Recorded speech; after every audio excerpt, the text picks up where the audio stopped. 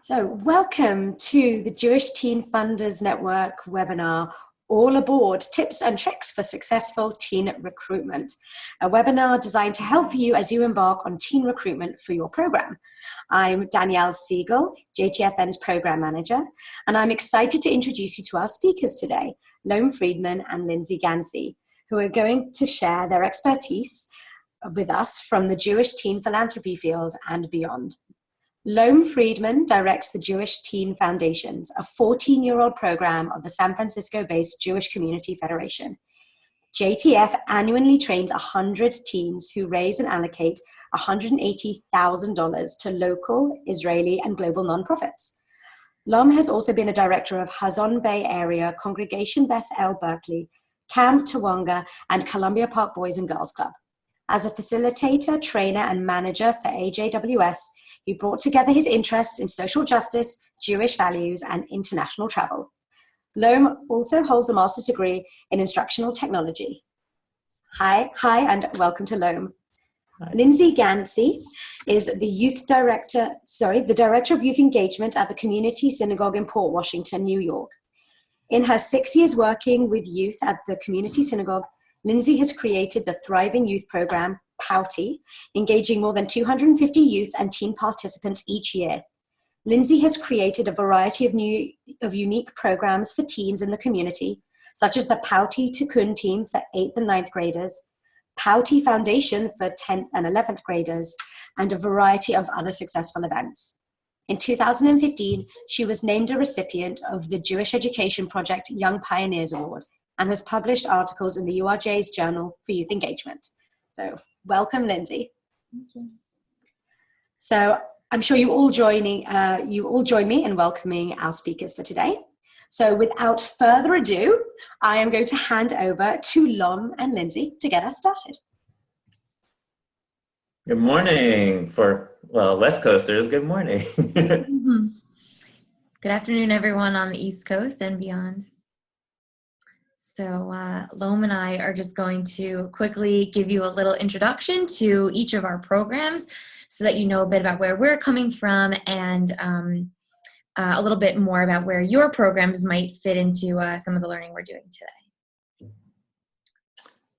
Yeah, and I just want to share that in both of our different capacities, we have years of experience of working in different kinds of programs, and recruitment is always part of teen programming. And I hope to share this to be a conversation. We're going to open up with things that we do specifically in our teen philanthropy programs.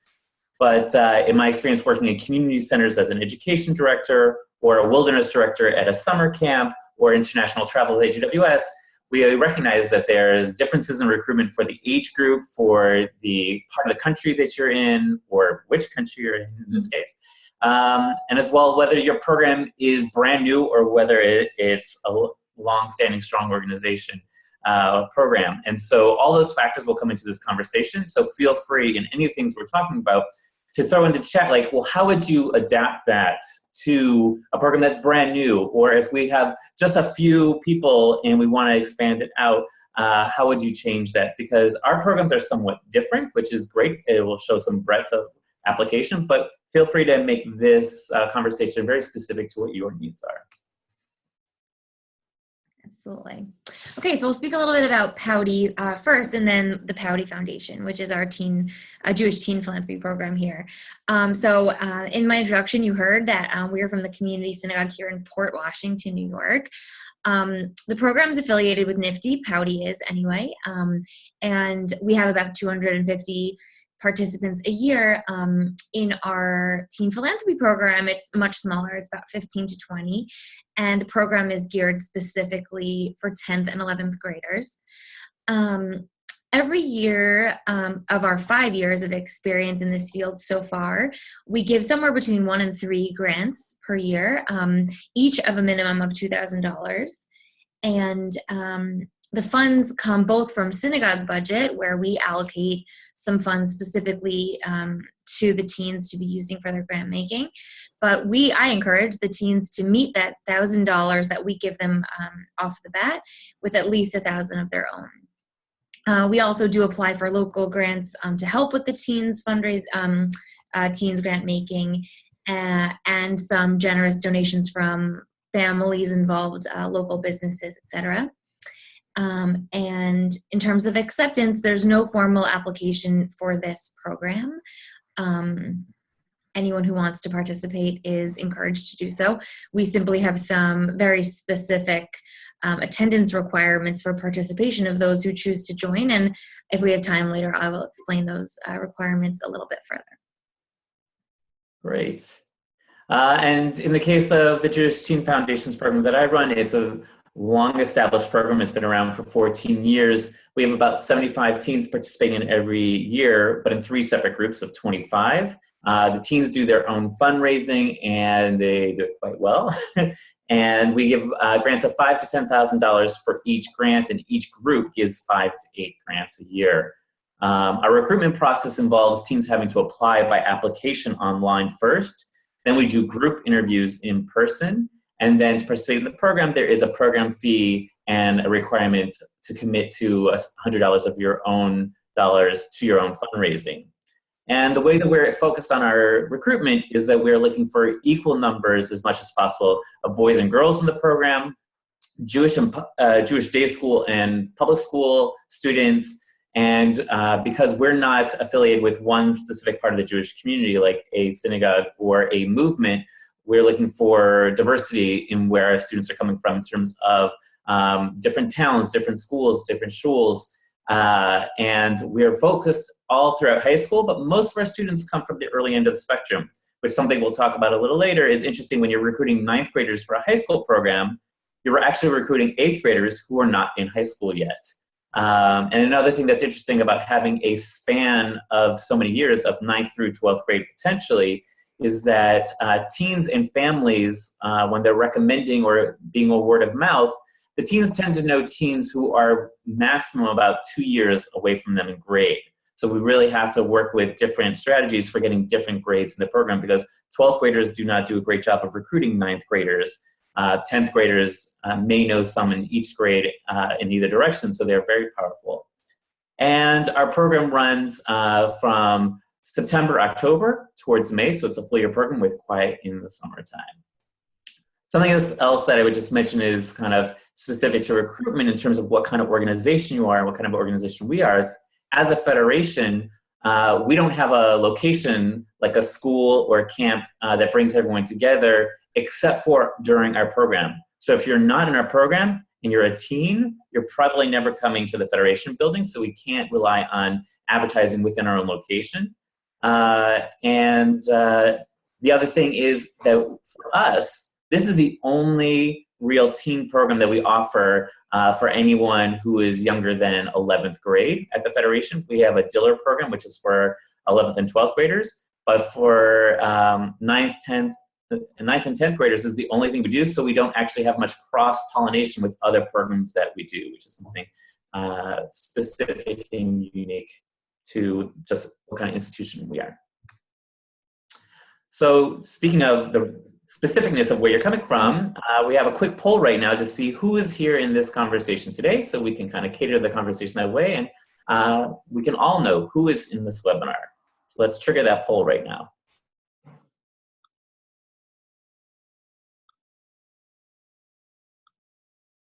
You think Alana's doing that for us?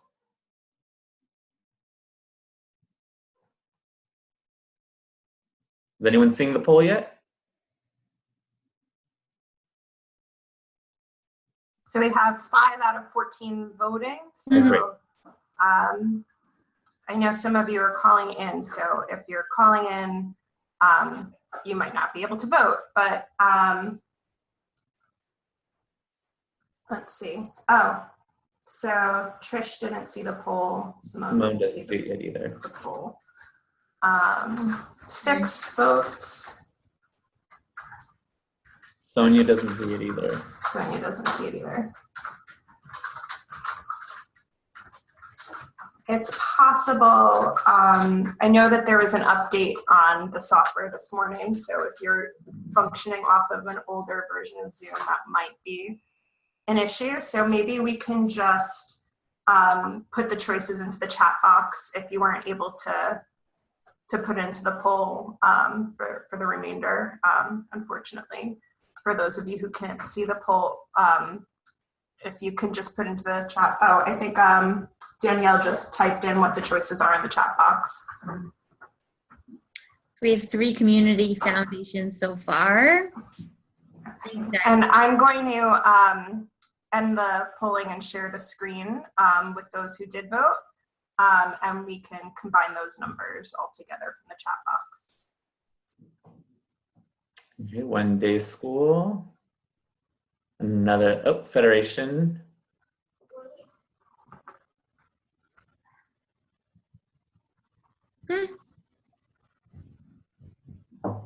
Okay. Great.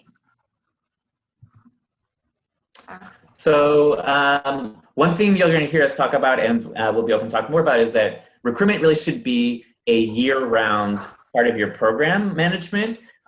You sometimes hear people say, when does recruitment happen, or when is recruitment season? And there's definitely a rush time on that, obviously, because you'll have deadlines for enrollment in some cases, in most cases. But really we want to look quickly at just how our 2 programs calendar their year, and then talk about how recruitment fits into that calendar.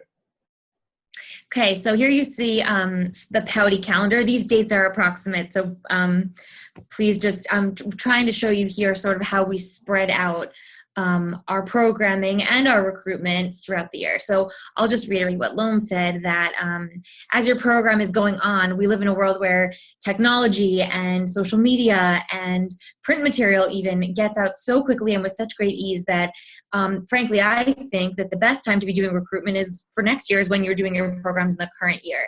And we'll get to a little bit more of a focused discussion about how we recruit in the coming slides.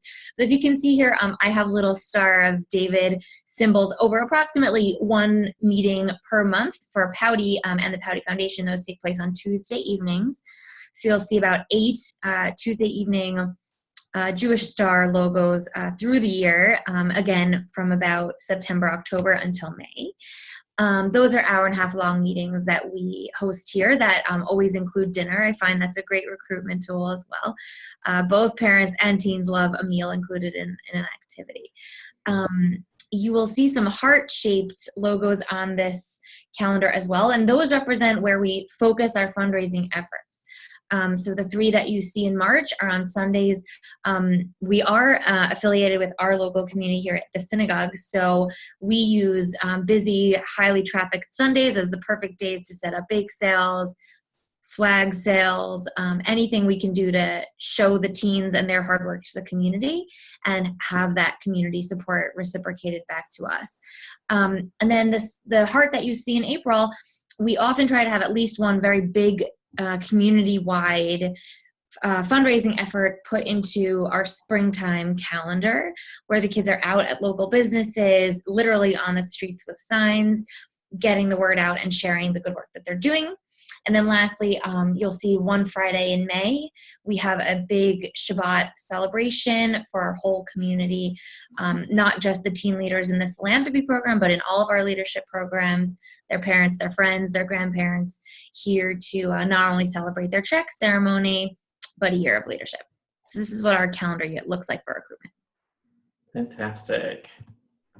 This is the Jewish Teen Foundation's calendar, and you'll want to start, our annual cycle happens starting in September with that yellow circle, and that yellow circle is basically our orientation for new families, and our leadership teams run that program, and so that's where we do the onboarding. It's a very short program, and that kind of begins the year of the programming. Then the big orange circle in October is our weekend-long retreat, where we bring all 3 of our chapters together. So it's approximately about 90 teens when you include our alumni who volunteer at that. And then the yellowish circles, there should be 7 of them scattered through November to April. Those are our board meetings. They all happen on Sundays. And some of the purple circles are our smaller programs. And so twice a year, once in January, once in April, we bring our groups together in smaller groups of 8 to just do committee work. So in January, they're working on their fundraising letters, their fundraising websites, and just getting that work done in small groups in people's homes. In April, we bring small groups together for committee meetings again. where they're discussing the proposals more in depth, preparing for that final board meeting where they're making their allocation decisions. And then you see this explosion in April, and that it tells you that we are doing our real outward-facing recruitment efforts. Now, like I said, we're not waiting until April to do a recruitment, and we'll talk a little bit more coming up about like what are we doing before then. But April is when we are publicly letting the world know that we're recruiting, and applications are live online, and we're going out to places, and we're sending out recommendation letters and all those kind of things. Before that, we will be having meetings with community leaders and talking with parents and doing open invites to events so people can get a taste of what we're doing, but it's not framed under recruitment outwardly, more inwardly it is, because we're not accepting applications till April.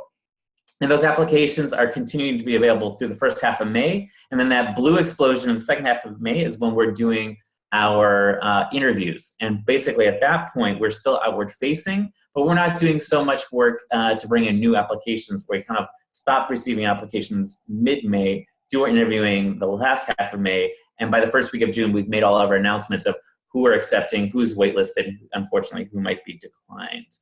And so that is our annual cycle, programmatic-wise.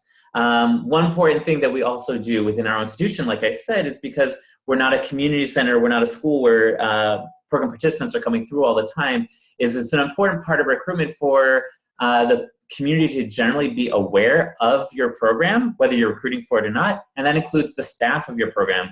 And so our federation, we found for a long time that our staff didn't really know much about the teen programming because it is so different from us we do. So now we do, whenever there's a circle on this map of the year, we do advertising within our own organization, letting people know that there is a teen board meeting in the building this coming weekend when no one will be at work, so that they know, what are we doing at the board meeting this weekend? What decisions are we doing? How many proposals have come in and the teams are deciding about? So there's a raising of awareness within our organization so that they can be better advocates of it to people that they might recommend or keeping it on their radar. Same thing with our end of year grant celebration, which is that purple circle in May, is it's open to the public. And at that big orange circle in October, when we're having our weekend-long retreat, it ends with an open community reception for anyone in the community to come get a taste in the summary of what the program is at our kickoff and hear from the teams what they got out of their first weekend of full training and what their mission statements are. So it's not specifically with recruitment, but it is community awareness of the program, and we think of it as part of our recruitment strategy. So let's see if this poll works. And just doing a quick ask to see, what are people already doing for recruitment? What is your main method for getting the word out besides word of mouth? Because I think many people recognize that word of mouth is one of our best strategies. People trust people they know. That's the social media way now. But what are you doing besides that to get the word out about recruitment for your program? And thank you, Alana. It looks like you put in all the options into the chat. So if you have the poll, please answer the poll. And if you don't, you can put it into the chat room. How are you currently doing recruitment? Just one or two that are your most important strategies or successful methods.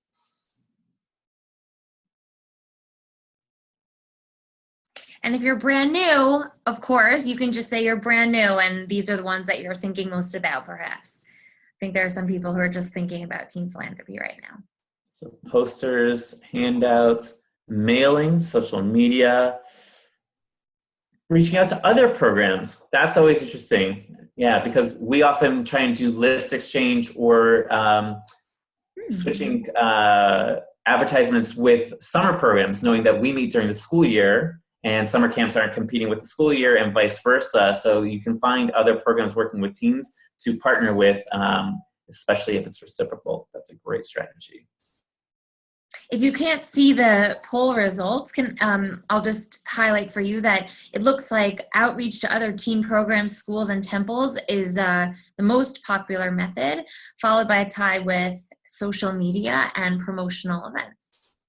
Great. And I think what that can really reveal is that that can definitely lead towards the phenomenon that I think a lot of us experience is that the engaged teens are doing things in 3 or 4 different Jewish teen programs, and the ones who aren't doing anything.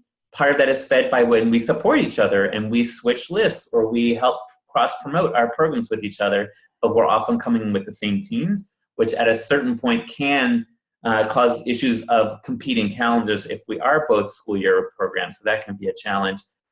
Social media is a way to reach out, but often we know that social media is growing into an echo chamber media source where you are hitting the same people you're already in touch with and people that they're in touch with.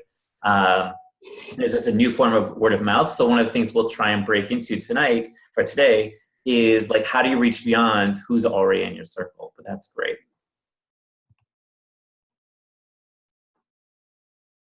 All right, so we're going to jump into some really specific recruitment tactics and strategies, specifically from my end of this presentation. So as you can see here, we've got just a copy image of some of the swag that we have put together for our teen leaders involved with Pouty. It says under that photo, our teens wear our program, and I take that very seriously, and I remind them that they do too. I think, as I said before, every program you're doing is an opportunity for outreach and recruitment for future participants, and kids physically wearing the name of your program out in the community, not just when they're fundraising, but when they're running to the supermarket or after school hanging with their friends, is a way to get the word out. With that comes some really interesting social responsibility as teen leaders, and I think that that's not just a wonderful reminder for your teens when they step up into this leadership role, but it's also incredibly motivating for them. It validates the belief and the trust that we're putting in them as leaders. And for me, it seems to really work very well in keeping them committed and connected. So for Pouty, we of course focus on swag. I think it creates community and is a fun, exciting benefit to being a part of any program. I really focus highly on social media. Lo makes an interesting point that those who follow you on social media are who see what you're doing. And for me, so many of the people I'm connected to are younger or their parents, and for them to know what we have upcoming down the pike for their kids is really important. Social media is a way that we share not just how to sign up for something, but what we're doing. Even if it's, I've ordered in a really special dinner for the teens that evening, I post about it and let them know that there's fun, exciting stuff waiting for them as they continue through our path in Pouty into the foundation. Community fundraising events are a big part of what we do with recruitment. The kids, of course, are meeting their fundraising goals out in the community doing this sort of work, but they're also sharing their passion and their learning and their excitement and their goals with their friends and peers in the community through this kind of effort. There's also a great ruach that comes with kids in your local pizza place or your local ice cream shop, representing their synagogue, representing Judaism, representing their goals. So it's a wonderful way to get out there and do some recruiting. Our host organization, of course, is supportive in the sense that our print materials here through the synagogue, our website, all boast information and share about upcoming events for kids and teens and parents to know all about. And I would say that our end of the year check ceremony, which is a part of our bigger leadership celebration, is always a very successful recruitment tool because we have kids not just in that current program that I'm hoping to engage more kids in next year, but I have their younger siblings, some of whom are in 4th or 5th grade and already thinking about how to be involved as leaders as they move through our program. Thanks, Loam, for the next slide. Great. So here are just some pictures of what it looks like to be recruiting without even meaning to out in the community. So these are our teens here. This was, I think, 2 years ago, teens involved in our program specifically, but they're out in the community, literally on a main street here in Port Washington with their signs and their ruach and their excitement, not just sharing what they're doing, but engaging people in our fundraising. So I think it's visible how excited they are about what they're doing. And it's really, we find infectious, not just for those who step into our fundraiser, but the people who are driving by on the street and honking if they love Pouty. And these, just before we go to the next slide, these are photos that, of course, I took with the purpose of sharing. They were posted immediately onto social media that we're physically at 16 Handles right now. Stop by. Here are the kids that are waiting for you to come support them. I find this to be incredibly effective, and it's hard to be in two places at once, but being on the phone and sharing these photos in real time has been a really effective tool for us with recruitment, but also with our fundraising goals as well. And on the next slide, you'll see another set of unique strategies that I use with getting the word out about what we do. Kids like memes. In general, they love funny photos. They don't want, they read my emails, but I think they're happier to get photos like this, Snapchat or Instagram, Twitter, Facebook, which I do spend a significant amount of time using for specifically recruitment, and of course for getting the word out about our program. So these are just funny ways, 2 years in a row that I've told the kids, told their parents, told our sisterhood members, our brotherhood members, our board of trustees of the synagogue. The kids are doing fundraising, and please join them for some froyo for philanthropy. These are things that, I started to do on my own, and the teens have really gotten behind. I now have to just ask for a volunteer to come up with a fun meme for an upcoming fundraiser or an upcoming meeting, and it's often in their hands to do this, which is great at this point.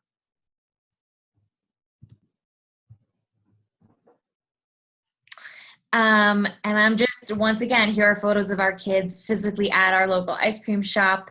They're out in the community doing their work, sharing their faces, and of course you see them wearing their swag. But on the picture on the right, you're also seeing our teen philanthropy group at a site visit. In this case, we were at the United Way of Long Island.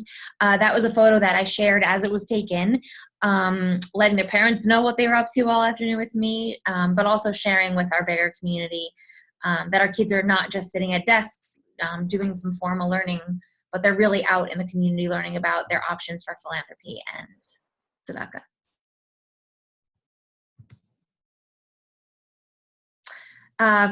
Here's another example. If we're on the bus, I share that we're on the bus. I think kids like seeing a bus full of happy kids, knowing that maybe next year they'll be on the bus with them. And each step of our journey has the opportunity, when we share it correctly, to engage someone and excite them. So here's just one more way that we're pushing with social media. On our synagogue website, these pictures show up all the time of what our kids are physically out doing in the world, not just in our classrooms, but making a difference with their feet. Awesome. Thank you. So I'm going to just show you some of the materials that we produce and some of the things we do for recruitment in the months leading up to recruitment, as well as recruitment season. And as well, Lindsay and I are both going to share methods that we have used in the past that we are no longer using because they weren't as effective. So here's some examples of printed materials that our federation has produced over the years. You can see we have humor, we have things that appeal to going to college, we have things that appeal to simulating social media, so it's all to get your eye. These are all postcards, but one thing I'll frame is that whatever you do can be branding and can be reused. So each of these postcards were also made into full-size posters. They were made into small handouts, like just palm cards, what we call them. And the same images were also used as social media. So whatever you do can be repurposed many times over. And whenever we produce these, we get teen input, we get parent input. One thing we're going to talk about just in a moment is that teens and parents are separate audiences, especially with the younger grades. 8th graders entering 9th grade, 9th graders entering 10th grade, often parents have a lot of influence over their decisions, in part because they have to drive them everywhere, but also the teens aren't so motivated to make programming decisions for themselves at that point, and they're willing to go along with what parents encourage them to. So for the younger grades, we often do direct reach out to parents. So parents are aware of what the program, what their teens can get out of it, what the commitment, time commitment is like. Those are the questions the parents have, and we directly want to make sure our appeals are at the concerns and interests of the parents. Once we start getting to 10th and 11th grade, the teens are much more making the decisions for themselves, at least in our community. And when we ask parents about getting the teens involved, they say they're already making their own decisions, or they're choosing what they're doing. So we have to do much more peer-to-peer outreach and reaching out to teens we don't have contact with in a way that appeals directly to the teens. So here's an example how we repurposed that small postcard and made it into a large-scale poster. And if you see in that bottom right corner that it's a little askance of the 4 fake Polaroids, and that's because those were palm cards that you could take away from the poster. And on the right, you see that we also use one of those fake Polaroids to be social media, and that same image was sent out via our Facebook page and published online in other Facebook pages of the institution as well. So repurposing, very effective. You can also do publishing. So our institution puts out a quarterly magazine called Jewish Lens. And during our key recruitment time, we got a cover story about youth philanthropy. So this way, grandparents who have people the right age, or people who know people with teens, like who have no way of being in our regular social circle, were reading about the program, what it does, and knowing that this was the time that they could have teens apply. We also have a Jewish newspaper, and they have a philanthropy issue every year, and we try and get on that cover every once in a while, or at least mention in the story. And as I'll mention later, is that we used to take out a full-page ad on the back cover of the Jewish newspaper at our peak recruitment season when applications were open. That is something we have since discontinued, but it's something I think that was effective at the beginning of our program. So that was something that changed for us. And I see a question here. How do you start a conversation with parents about why you are seeking their opinions about marketing materials? How do you sift through the parents that want to participate and those who do not? And so, yeah, we'll come back to that at the Q&A section, because engaging parents is super effective, and you want to get the right questions to the right people. So just moving on is, I mentioned before, and this can be important for a lot of your programs, if your host institution, whether it's a temple, it's a school, it's a camp, or it's a foundation, if you run multiple programs for teens, it can be confusing for the public. And so, like I mentioned, at the Federation here in San Francisco, we only run 2 programs, the Diller program and the Jewish Teen Foundation. And over and over and over, we were finding people were not clear on the difference. And we had people who wanted to apply for Diller coming to me, people who were looking for Jewish Teen Foundations going to the Diller staff. And so we collaborated and created this trifold brochure that split down the middle, talked about both programs in similar categories, and you could easily compare and contrast. You could see which ones were 9th through 12th grade, which is us, and which ones were for just 11th and 12th grade or Diller. You could see which ones were a 9-month program or 8-month program, which is us, versus an 18-month program, which is Diller. And so really having this compare contrast made a really easy way to hand people information who were confused or looking for the wrong thing. And that way, when someone came to me looking for Diller, not only was I able to give them the right information needed for Diller, but also all the information they needed about our program, and they were able to pass that on to other people. So I really recommend, if you have similar programs or programs with overlapping populations of teens, that you produce something that clearly across the line helps your public compare and contrast and find which one's right for them. Then with social media, something we do just besides posting our own page is that we have started doing promoted posts, and that's where you can pay a very tiny fee, like pennies, to the post, to Facebook, so that if you have more polished media like this. So we had professional photographers at our final grant celebration. They took pictures of our teens. They took pictures of our teens with grantees like you see here. They took pictures of parents with their teens, and we got quotes from all of them. So you got these different perspectives from teens, from parents, from grantees about how great this program was. And then we promoted these on Facebook. And what promoting means is that you can pick certain keywords so that if people are showing interest in programs in Facebook about teens, about Jewish, about philanthropy, about any related keywords you want, these will be showing up on their Facebook feed. And so this is a great way to reach beyond, because if I just post to my Facebook page for the program, it's only people who are already liking our program or some way connected to our program that would see it. But this is specifically going out to people who have no connection to us. They just have been using some words or have showed interest already in things that are related to what we do. So that is something that we've had a lot of success with. Here's examples again of like parents putting quotes in there. And again, how our trajectory is thinking we want some things that parents are going to see this and they're going to be the ones to react, and other things teens are going to see it. You can also see here we made it very intentional that some things focus on boys, some things focus on girls. The year that we made these sets of slides, or these sets of promotions, you can see we have one slide here which is 2 girls, one with boys and girls, and one with just boys, and then the one with parents was with a boy. We were looking to get more boys enrolled in the program that year, and highlighting that in the visuals was really helpful and effective. So it works. Sad but true, just marketing-wise, this is true for Disney movies as it is for anything else. Girls will participate in things that they see girls as the focus group or boys. And boys are much more likely to participate or pay for something that is focused just on boys. So that's something that is not unique to programs or Jewish programs or our city, but that's something we just did research on and found in marketing in general.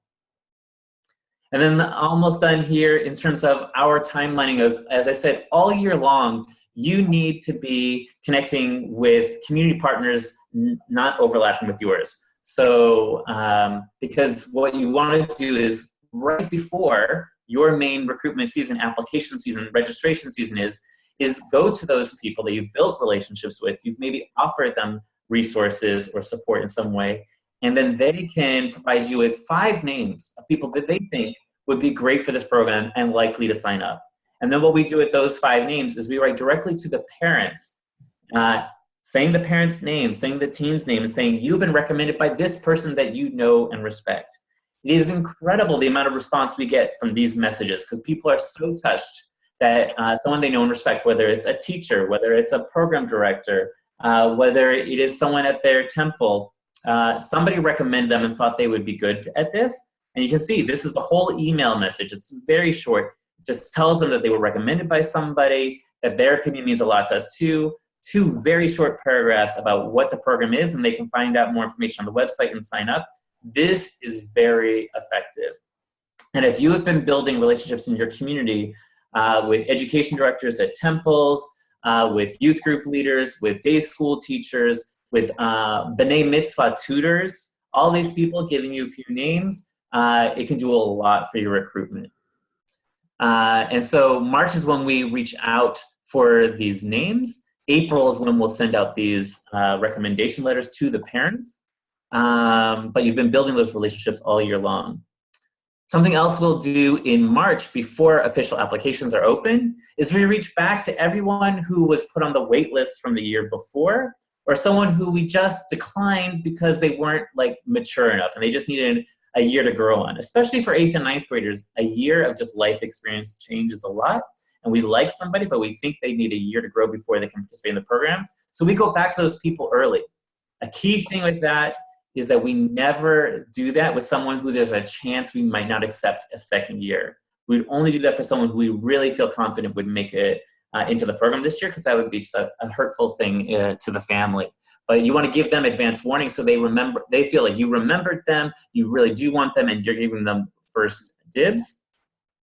And another thing to do in March for us, because April is our big recruitment season, is that we track through the Jewish news, like our Jewish newspaper and temple bulletins, bar mitzvah, b'nai mitzvah announcements, so that we know that whoever was having a b'nai mitzvah 2 years ago is definitely old enough to be in the program now. And so that way we have lists of people that we have no contact with, no knowledge of, but now we know that they were engaged enough 2 years ago to have a b'nai mitzvah, and we can reach out to the temple and find out who's the best person to help us put in touch with them, maybe make a recommendation for them, ask if they are right for the program, and that is another way to find people to make recommendations. And so then when we're in the thick of our recruitment season, we send out these emails. We're putting up our posters in temples and JCCs. Important to note, at least in our community, most of those institutions have about a 2-week rule for posters, and posters are dated and they're taken down after 2 weeks. So you don't want to put them up too early. And you might even have to go for a second round of putting up new posters if they've taken them down after 2 weeks. And then lastly, when we come more into this, towards the end of our recruitment time of when applications are accepted, we have information sessions in the community. We'll go to some other event where teen parents and families might be, or we'll be at our own grant celebration, and the hour before, we'll host an info session for anyone who has questions about what Jewish Teen Foundation is. And we surprisingly get a lot of people to come to that, and then they just stay for the grant celebration, which is more inspiring than any conversation about explaining the program could be. So we try and time this so that the info session is just about 30 minutes before the grant celebration. Inevitably, then the food is available at the grant celebration, they stay, and then they really hear from the teens themselves and see the grantees thanking the teens. So that is a great way to get people to come to your grant celebration. And lastly, we have alumni families sometimes host home salons in their homes. So this way you have someone call their friends who have not been in the program, just invite like 5 or 6 people over for like tea, bring just the parents or parents and the teens. That way the alumni parent are there. It's just about 45 minutes in the house and the opportunity for everyone to ask their questions and talk in the comfort of a home that's very close to their own home about the program. And that has been very effective as well. And so there's a few things that we've abandoned, the methods we don't use anymore. And I'll let Lindsay jump in with this first. Sure. I mean, so all I can really say is that things that are working now for us work because we did certain things to get our program off the ground.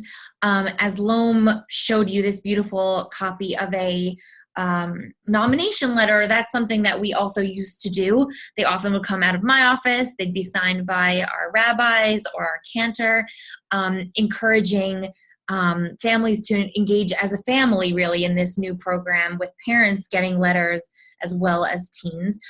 Interestingly, it's something that Loam at the foundation is still doing and works so well for them and for us. We've found that now as a program is more established, and there's a natural progression from our 8th and 9th grade programs into the philanthropy in 10th and 11th grade, that we just don't need that focus much anymore. I've also abandoned a lot of the print materials that we used to send home. We used to mail them home at the end of summer, early September, and have just found that sharing through social media and through email is a much more effective tool these days. Great. And the two main things that we've abandoned over 14 years is we used to print those postcards that I showed you, and we'd literally mail like 4,000 of them out to the Jewish community. Just like anybody in the Jewish community should know about the program's happening, and this is the time of recruitment. Pass this on to a friend. And I think that was a valid thing to do early when no one had heard of the program before, and just to get something into people's hands. But I think much more, like Lindsay was saying, is that people aren't looking at unsolicited mail in their mail slot as anymore. It's expensive. It's a lot of paper.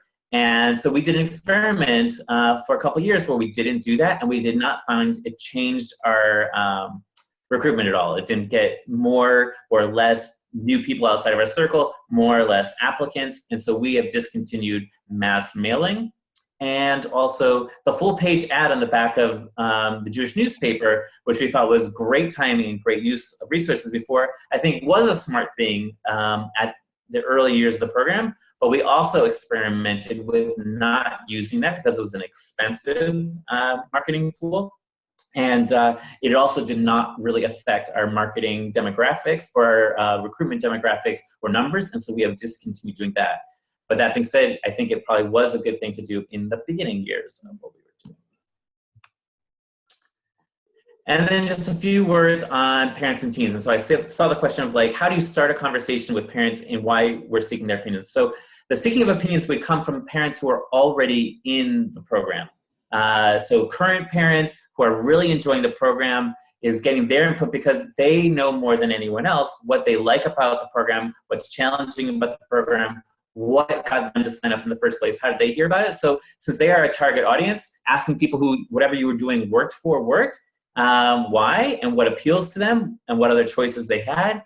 And people who are brand new, like you're not sure even how they came into your program, how did they get that context? So that's why I would poll parents, because I think they have such influence over their teens' decisions. And then there's the idea of parents are very concerned about the amount of time things takes, the transportation. They want to know the specifics of the program costs and the schedule on the calendar. Teens are usually not so interested in the decision-making process. So when we are recruiting towards parents, we are very detail-oriented and bullet-pointed with that kind of information. Whereas with teens, it's much more about the balance of like, this will help you get into college, or this is a way you can really make a difference in the world, or this is a way you can really meet new people, or you and a friend can sign up together, like the social aspects and things that are really around their daily life experience is much more the angle with the narrative there. And I'll just jump in and say that when you recruit a parent, you're hoping that their teen will come with them. And certainly when you recruit teens, you're hoping that their parents are on board with what you've recruited them for. That's not always the case. And so it's for either scenario. So it's so important that you have a strategy that doesn't just target teens and that doesn't just target parents, because the truth is that this beautiful, messy part of life that we call adolescence, we're really dealing with teens in very different emotional and intellectual capacities, and parents who are navigating how to find the right combination of teens and adult role models and experiences for their growing young adults. So having strategies that connect the interests of both groups is essential. And I'll just answer the question that Loam got in the chat about which parents are you asking?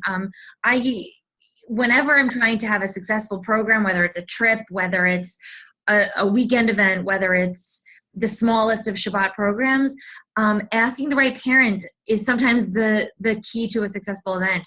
The same way that there are teens who are great social connectors, who are parts of lots of different groups, having a parent in your corner who you can tap and say, did you know about this? If you know about it, please, and you want others to know about it, we'd love you to forward my email. I'd love you to click share from your Facebook page. Having the right person to tap into and ask, both kids and parents, is central to recruitment for anything. Exactly. And I would say that we try and recruit about 5 parents per program, per region, to stay on after the program as advisory parents, as a small committee. We only meet 3 times a year. Sometimes we meet just on a conference call. It's not ideal. We meet at least twice in person a year just for keeping that sense of community. And they become our advisors in terms of big thing that parents will help you with is getting into public schools. At least my community, we are not really allowed to directly advertise in public schools because we are a religious program, a religious-based program. But parents can get you access to that college counselor or that Jewish club advisor or the people in the public schools to reach some of those harder to reach kids. They're also on the PTA, or some parent schools have parent networks. So working with parents to get into those places that we don't really have access to is key. For the teen side of things, some programs have a leadership returning part of their program. So our program, we have 30% of our teens are allowed to return for multiple years to lead new members of the program. And one part of their application to be a leader in the program is they have to submit 5 names of people who are not in the program that they think would be good members, that we could say they recommended. And they actually have to text those friends and try and ask them to apply to.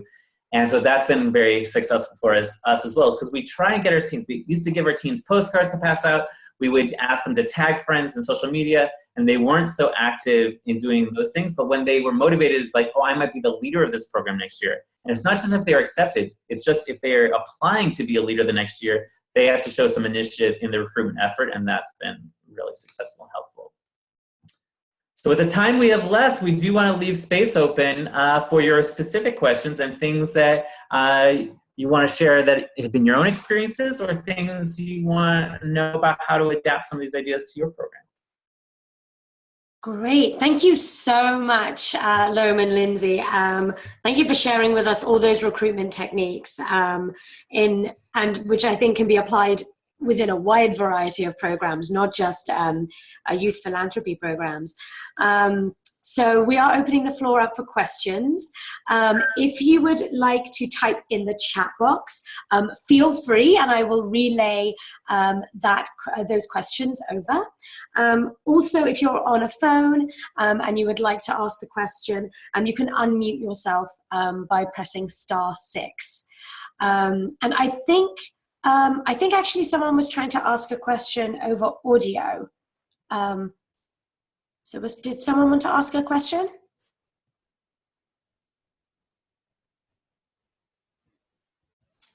No, I think my mistake, that's okay.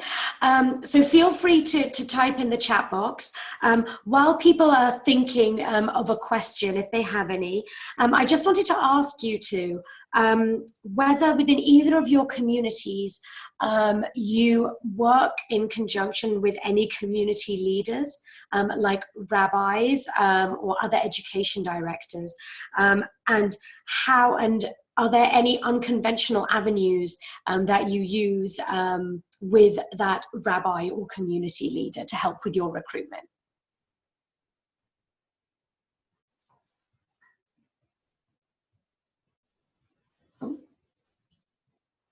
Oh, Loam, we can't hear you. We can't hear you. There we go. There we go. So I'd say we reached out to all those kind of community leaders, like I mentioned, for recruitment recommendation names, so we can include in recommendation letters. But one story I will share is that with this cross-pollination and everyone going for the same teams things, we were finding at one point that some rabbis in particular and temple educators were saying they didn't want to recommend teens to our program for a year because we were taking their best teens. And and temples are often having trouble keeping some of their best teens involved in temple activities. And so the thing that we developed that really worked out was we then started pulling together alumni to bring programs back to the temple. And so that way we're saying, yes, we're going to borrow your best teens and give them a lot of skills and a lot of experience, and then we'll bring them back to your temple and they will teach your younger students. And they were thrilled with this, and we were successful at doing it. So all of a sudden, their teams who had come to us for leadership experience and Jewish learning were coming back and being inspirations to their younger students. And as soon as they were having this experience, two things happened. One is the rabbis and the temple educators were thrilled to make recommendations again because they were seeing their teens come back and with more skills. And secondly, because our teens as alumni were doing such a great job of being role models and inspiring to the younger students at the temples, those 7th graders and younger knew about our program earlier and had a really positive teen-on-teen experience, and therefore they become the next generation of applicants themselves without even the rabbi's recommendation. So it was a win-win of using those community partnerships. Got to give back. You can't just ask for names. You have to give the institution something back. Maybe does Celeste have a question? She asked to be unmuted. No, I just had a suggestion. We were very fortunate that we had a family step up in the community, and they provide a scholarship award for a graduate of religious school at one of the synagogues, and the award is a year free of at the youth philanthropy program. The teen just has to give in the match money, but the fees are paid for. And during the celebration, either myself, I'm asked to speak, to present the award and talk a little bit about what is JCYF. And then in years past, I've had alumni come and at a Friday night service during the graduation ceremony talk about the program. So there we have a captive audience of parents learning from a participant, myself, and again, it's a nice partnership. And then we already have automatic one person's going to participate from that synagogue because of the award that they win. So there's ways to tweak this idea, but I think that the exposure we get from this one synagogue, it could be used for other people that might have similar ways to advertise the program. Wonderful. Thank you so much, Celeste. Thanks for the contribution. I think that might be a useful method for a lot of people. So thank you so much.